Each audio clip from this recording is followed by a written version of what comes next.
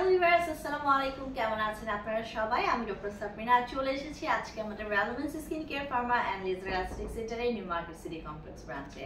আপনারা জানেন আমাদের কিন্তু আরো দুটি ব্রাঞ্চ রয়েছে, কলাবাগান ধানমন্ডিতে একটি, আরেকটি রয়েছে বনানীতে। সো আজকে আমি কথা বলবো লেজার অ্যাসিড ট্রিটমেন্টের একটি ইম্পর্টেন্ট সেক্টর নিয়ে কথা বলবো, মাইক্রোব্লেডিং নিয়ে। সো মাইক্রোব্লেডিং এমন একটি টেকনোলজি যেটি ইউজ করে 24/7 আপনারা সেমি পার্মানেন্ট একটি মেকআপ লুক অথবা যারা কিনা রয়েছেন ট্যাটু করতে ভালোবাসেন তারা কিন্তু এটি ধরে রাখতে পারছেন মাইক্রোব্লেডিং এর মাধ্যমে। সো এই মাইক্রোব্লেডিং প্রসিডিউরে সেমি পার্মানেন্ট মেকআপ লুক পাওয়ার জন্য কিংবা এই প্রসেসটাকে ইউজ করে স্কিনের যে কোনো পার্টে, বডির যে কোনো পার্টে ট্যাটুইং করার জন্য কিন্তু কিছু মাইক্রো কালার ইউজ করা হয়, পিগমেন্টেশন ইউজ করা হয়, যেগুলো আপনাদেরকে একটি পারফেক্ট লুক দিয়ে থাকে। সো আজকে আমি তেমনই কিছু মাইক্রো পিগমেন্ট নিয়ে আপনাদের সামনে এসেছি।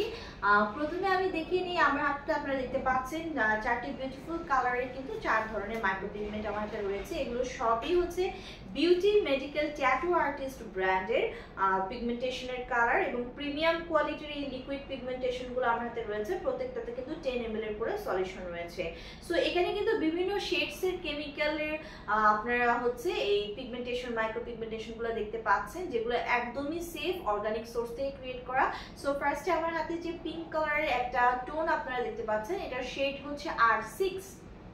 সো যারা আপনাদের স্কিনটাকে সেমি পার্মানেন্ট মেকআপ লুকে অলওয়েজ পিঙ্কিশ একটা টোন রাখতে চাচ্ছেন, স্পেশালি ব্লাশ অন অ্যাপ্লাই এরিয়াগুলোতে, লাইক টিপ অফ দ্য নোজে, ফোরহেডে, দুটো চিনে, তাদেরকে কিন্তু বেসিক্যালি মাইক্রোব্লেডিং এর মাধ্যমে এটি হচ্ছে ট্রিটমেন্টটা করা হয়। অথবা যারা চাচ্ছেন আপনাদের লিপসটাকে সেমি পার্মানেন্টলি একটি 24/7 মেকআপ লুকের মাধ্যমে একটি আপনারা পিঙ্ক লুক দিতে যাচ্ছেন, তারা এই শেডসটা ব্যবহার করে থাকে।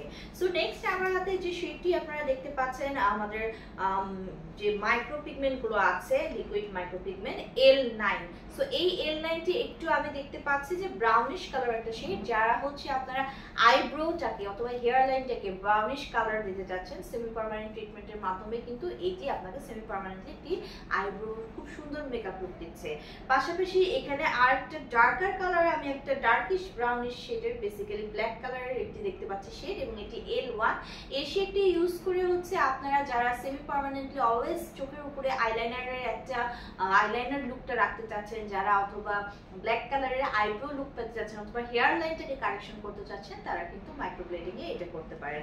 সো নেক্সট আমার হাতে কিন্তু অরেঞ্জিশ কালারের একটি পিগমেন্টেশন আছে। সো এগুলো কিন্তু আপনারা লিপ কালার হিসেবে অথবা এই প্রত্যেকটি এলিমেন্ট কিন্তু ট্যাটু করার সময় আপনারা ইউজ করতে পারছেন।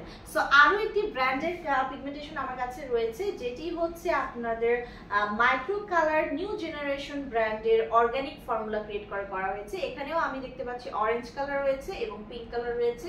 লিপসের কালার কারেকশনের জন্য অথবা সেমি পার্মানেন্টলি মেকআপ লুকের জন্য অথবা ট্যাটু করার জন্য কিন্তু আপনারা এই পিগমেন্টগুলো ইউজ করতে পারছেন। সো আমাদের কাছে কিন্তু বিভিন্ন কালারের বিভিন্ন শেডের মাইক্রো পিগমেন্ট সলিউশনগুলো অ্যাভেলেবল রয়েছে।